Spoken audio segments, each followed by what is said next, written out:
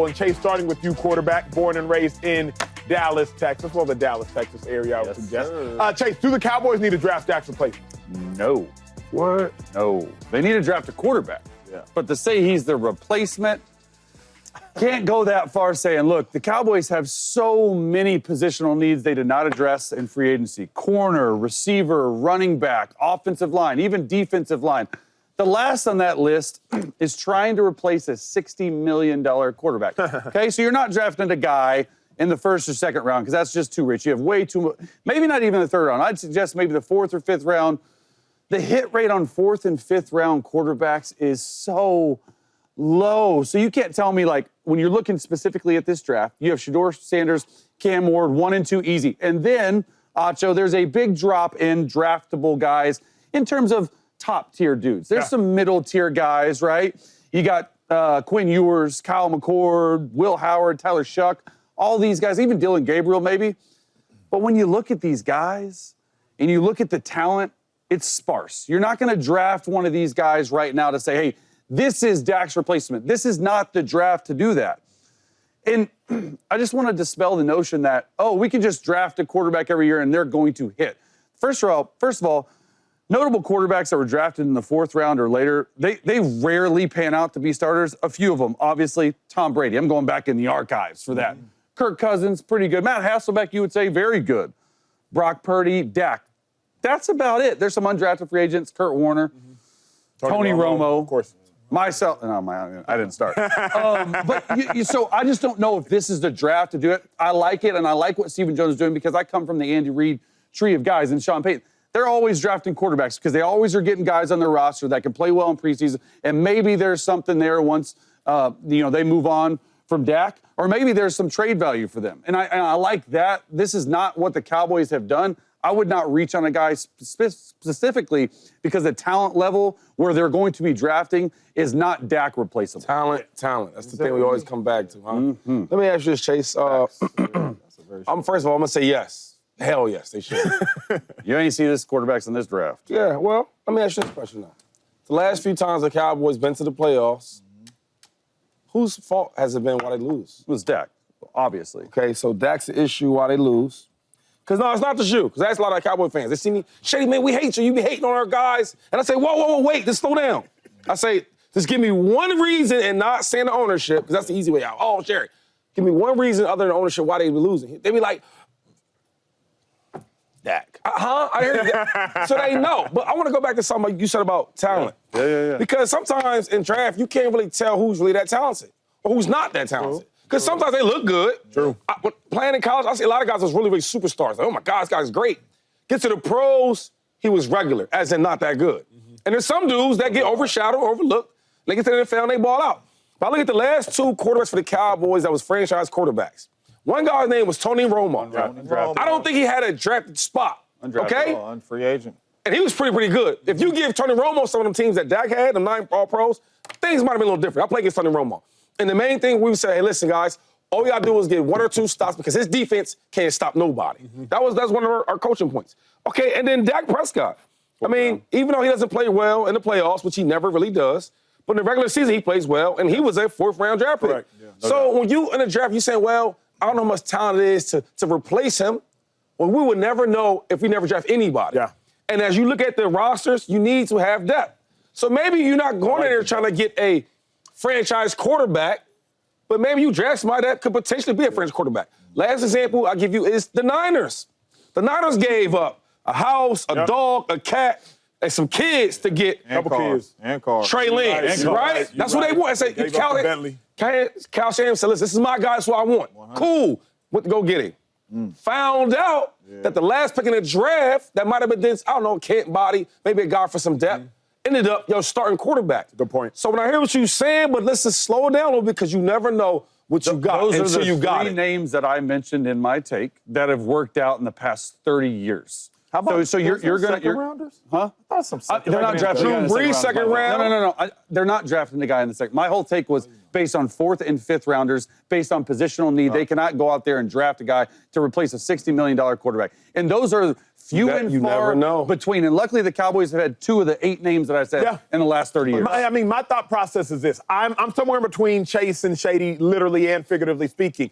You need to draft a quarterback, and you hope that eventually he does replace Dak. Yeah. I wouldn't draft him with the intention of being Dak's replacement, but I would draft him in hopes that one day he could replace Dak. Think about it for a second. I brought this up before. Jalen Hurts was not supposed to imminently replace Carson Wentz. Carson Wentz was a $130 million quarterback. Carson Wentz was in the 8th highest paid QB at the time, and Jalen Hurts within a year had replaced Carson Wentz. But the intention of Jalen Hurts being drafted in the 2nd round was not to imminently replace Carson Wentz. I remind you all at home, Jalen Hurts started his year inactive, meaning he did not dress on the 53-man roster, but not on the 47-man active roster on game day. Then by week 3, Jalen Hurts was finally active, but he took snaps at wide receiver. Obviously, he was more of a decoy at the wide receiver position. It was not until week 13 that Jalen Hurts made his first NFL start against the New Orleans Saints, and by week 1 the following year, he was the actual starter. Right. Keep in mind, Dak Prescott was not drafted to imminently replace Tony Romo. I was in Dallas when Dak Prescott was drafted. Tony Romo, they thought, as Chase knows, they thought Romo was going to come back from that back injury. Yeah. But then he gets hurt again in the preseason, and Dak Prescott, he starts balling. I'm working for the Cowboys in 2016. We are all asking ourselves, when are they going to go back to Romo? But Dak started 1-0. When they going back to Romo? 2-0. When they going back to Romo? 3-0. When they go 4-0? When they go 5-0? When they go 6-0? When they go 7-0? When they go 8-0? All of a sudden, they couldn't go back to Romo. To the point where every day we would walk out of our little studio where we did our show. Jerry Jones is holding court, doing his Tuesday or Monday pressers, and I'm just sitting here wondering, are they ever going back to Romo? Finally, I believe it was week 11, the Cowboys made it pretty clear, hey, Dak Prescott is our starter.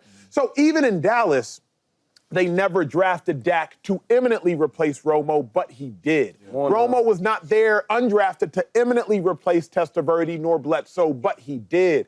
So I think you need to acquire a draft pick. I would suggest maybe 3rd, 4th round, somewhere in between where Chase is suggesting. And he will eventually replace Dak. Maybe not imminently, but you never know. Yeah. No, I mean, that's the perfect take right there, because replacement is the word. You know what I mean? Like, you just paid this man $60 million, so nobody's coming in to replace him this year. But backup quarterback is a need for the Dallas Cowboys. If you're a smart franchise, you need to draft a backup quarterback. The Baltimore Ravens said, our backup quarterbacks is gone. Cooper Rush, come on.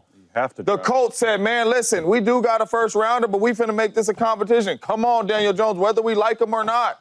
The Pittsburgh Steelers had 2 last year, right? You need backup quarterbacks. If the Eagles don't trade for Kenny Pickett and have a solid backup quarterback, they may drop a couple games. True. You need backup quarterback. It's not to replace him, but you need a backup quarterback. And if he pans out to be legit, then that's another smart move by an organization, because now you can be looking like, oh, shoot, we got this young boy that turned out to be really good. Correct. Now we can trade Dak Prescott for some more picks. That's just how it works.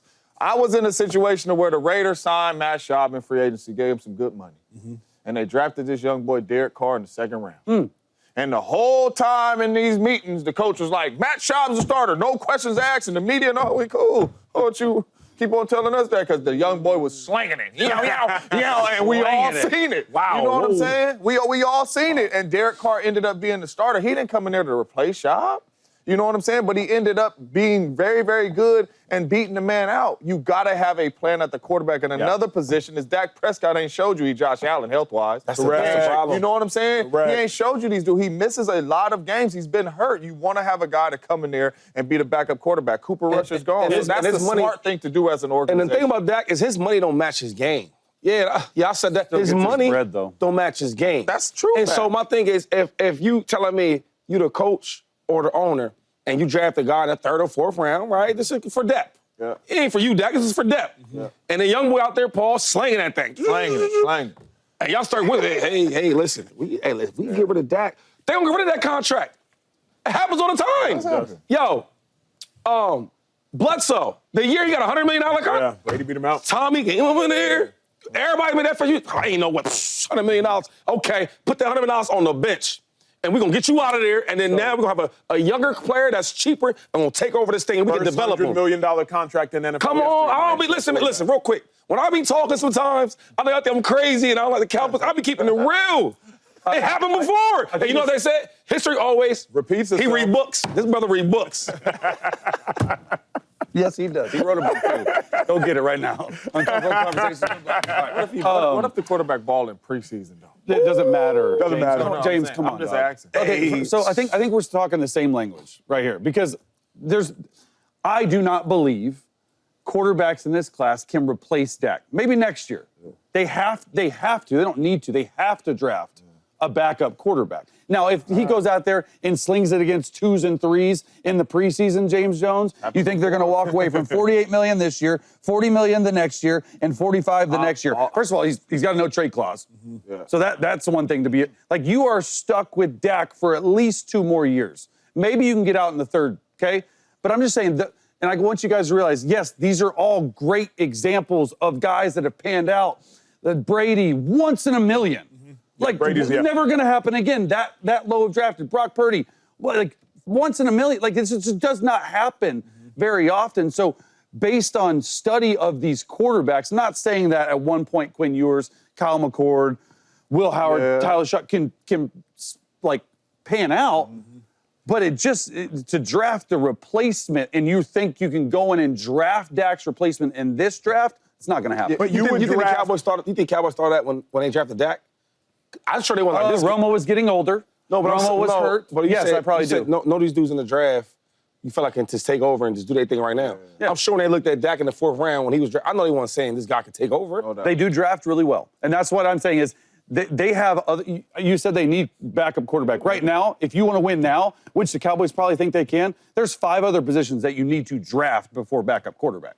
But I would suggest they don't have the team like they don't have the 8 All-Pros like they used to. But they do. They need a backup QB. But to the point you're making, Chase, I don't think they need to draft somebody with the intention of being Dak's replacement. No. When Purdy was drafted, it wasn't intended to be you have to draft Trey's replacement. Right now. You know what I mean? You have like to. when Brady was drafted, he wasn't intended to be Bledsoe's replacement. When Kirk Cousins was drafted, the same year that Robert Griffin was drafted, by the same team. Year. Like, Kirk Cousins wasn't intended to be Robert Griffin's replacement, but all of those dudes ended up being Robert Griffin's replacement. Now, to your point, obviously I do college football here at Fox. None of these quarterbacks on paper you would suggest that they would replace Dak. It's one of the lowest talented draft classes other than top 2 that we've seen in a long time. But you just never know. Yeah, so I never knew that Nick Foles would go on to be a Super Bowl MVP winning quarterback for the Eagles when he was taken in the 3rd round. I never knew that Dak Prescott would go on to be an MVP. So that's why I'm saying you just don't know what. I'm with you. Like, I don't anticipate Kyle McCord being a 10-year starter, but I didn't anticipate Dak Prescott being a 10-year starter. Come on now. So you never know. Go ahead, let's talk. We all know in the National Football League, money included, 1 year changes everything. 1,000%. It does. So if you, as they will, because backup quarterback's a need for the Dallas Cowboys, so they will draft a quarterback. And if this young boy gets in there, and let's say Dak Prescott gets hurt and he has some hamstring tightness or something and misses a couple games, and this young fella shows that he can ball, it is going to be some questions for next year, whether you like it or not, because Dak Prescott has not shown you he can take you there money-wise or not. I mean, we've seen it with Russell Wilson. Russell Wilson was 3rd round. They just needed to see the preseason. They didn't even see no regular season game. Matt Flynn, I know we just gave you 20, 30 million, but hey, listen here. The young boy in preseason, the 3rd rounder, is going to start. You know, bowling. If you ask me, I would actually say, James, they're further away.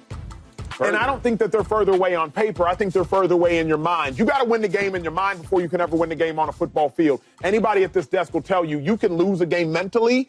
You can lose a game mentally before you ever lose it physically. And if the Bengals are, to me, ignorant enough to build the roster or prioritize the roster from the outside in, that to me tells me they're further away mentally from winning a Super Bowl. I believe you win a Super Bowl in the trenches, not just because I'm a defensive player, but I believe you win the Super Bowl by prioritizing offensive line, defensive line. And what the Bengals did this year was suggest to us thus far, they're not prioritizing the defense, let alone the defensive line, because they told their number 2 wide receiver, T. Higgins, hey, you're franchise tagged. You're not going anywhere. Meanwhile, they said, Trey Hendrickson, hey, big dog, you can seek a trade.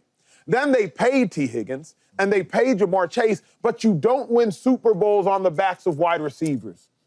You win Super Bowls on the backs of your offensive line, as the Philadelphia Eagles, and on the backs of your pass rush, as the Philadelphia Eagles. You do not win Super Bowls on the backs of wideouts. Wideouts are nice, they're the icing, but they're not the cake. And so if you are, obviously the quarterbacks, that's a given, that's implied information. So if you are the Bengals and you are telling all of us that you care more about the exterior of the whip than the interior of the whip, you care more about the wideouts than you care about the defense, and you care about the pass rush, that's problematic. James, I'll leave you with this one notion. You might agree, you might vehemently disagree. I believe in the draft, it's easier to find a 1,000-yard receiver, T. Higgins, a 10-touchdown receiver, T. Higgins, than it is to find a 17-sack artist. And truth be told, it's not subjective, it's objective. So the fact that you prioritize T. Higgins over Trey Hendrickson, to me, that makes no sense. Brian Thomas went for 10 tugs last year. You will never, because it's never been done in the history of the NFL, you won't find a rookie that can go for 17 sacks, which Trey Hendrickson did. So to me, Jay, they're further away because their mind is wild. How y'all gonna prioritize these wideouts and not your elite pass But you rush? can't find a pass rusher that give you 7, 8 sacks. 17 is wild. That's crazy. They do need Trey back. But quick question for you, because you a defensive mind. Who was on the defense when they went to the AFC Championship and the Super Bowl? I'm just asking because I don't like who was making plays on that. Trey defense? and Hubbard, both the defensive. Anybody that's defense ends. The defense. I'm just talking defense. Anybody like who was on that What's defense? the safety they had that was there? The dipped. Yes. He went to Bates. Jesse Bates. Oh, Jesse Bates was nice. there too. Yes, he was a good player. Nice. Von Bell was there, right? My thing is I think they're closer, but they got to hit in the draft. Okay.